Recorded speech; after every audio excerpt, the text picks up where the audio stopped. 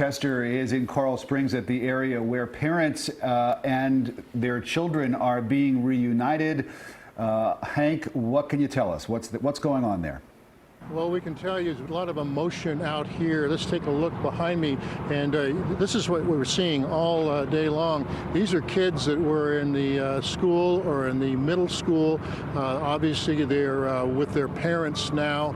We were with a crowd of people earlier before the police would let them go towards the middle school and the high school area, and there was frustration, though I have to say the Broward police officer on the scene was very good, very firm, but calmed him down, told him exactly what he was going to do. He would give him information and so on. But we saw a lot of tears, a lot of folks in communication with their children via cell phone, FaceTime, and so on. So they knew they were safe, but they just wanted to have them in their arms.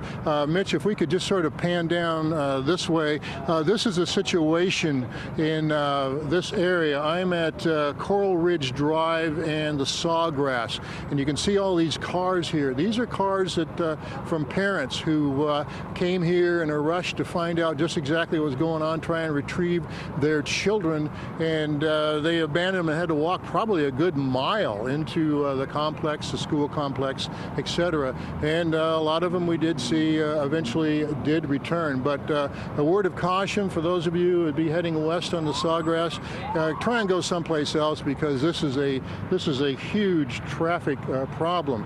We understand that a number of the children are still at the Marriott. Parents are attempting to pick them up. You can see that the police are still arriving. Very, very, very active scene here. And again, let me emphasize one thing, which you were talking about with Ted Scouten. We talked to parents, we talked to some of the students, and they know this kid. That was fascinating. He's not an unknown quantity in this community. They say he's about 19, 20 years old, was here for school for about 3 years. So parents not unaware about this whole situation. You can see a number of police officers are coming in, probably somewhat of a shift change. Hank, I'm sorry, I just have to jump in real quickly. I apologize. Yeah. We are taking a look at live pictures right now. That is the suspect wearing a hospital gown with his hands cuffed behind his back, being walked into Broward Sheriff's headquarters building. This is where he has been brought. He's wearing the hospital gown because he was initially taken to the hospital. We don't know why, but he has now been transferred to Broward Sheriff's headquarters building, where his interrogation will begin as soon as they get him into that building. They will start asking him questions about why he would have wanted to do something like this and how he went about planning it. And so that's going on. Hank, I'm sorry. We just wanted to make sure that everybody knew what those live pictures were, and you there on the scene off of the Sawgrass where parents and their kids are being reunited. Have you had a chance to talk to parents, and have they had anything to say about the response, the notifications that they received from the school, and whether or not all of that went smoothly? No, no one mentioned that to me. That doesn't mean it didn't happen. These people were just concentrated on their kid. They wanted to see their kid walking down the street. And eventually we'll be able to get some video of that, of those scenes as these children are reunited with their parents. But no, to answer your question directly, no, there was not any discussion about the notification. They were here. They knew the whole deal. They were just waiting for, a daughter or a son, a brother or a sister to come walking down the Coral Ridge Drive area and getting reunited. Hank, are you seeing a lot of parents still looking for their children? You know, we are back away out of the specific area. I mean, as you see, I mean, here's a very typical scene.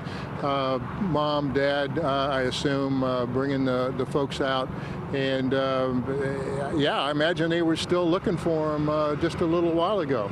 I hate, you see the look on these people's faces, and, it's tough to watch a grown man cry when he sees his daughter or his little son or whatever. But there was a lot of that, a lot of tears, and when they were reunited, and then especially when they were talking with the children about what their experience was and so on. I mean, we heard stories about kids hopping over fences, running away, getting away. What did they hear? They heard popping sounds. So, this is just one of those, well, I don't know, are we getting jaded? Just one of those? This is just another horrible story that affects the nation. So anyway, we'll continue to cover, and we'll try and get some sound for you turned around and be back with you. That's the very latest. I'm Hank Tester, CBS 4 News. Back to you. Hank.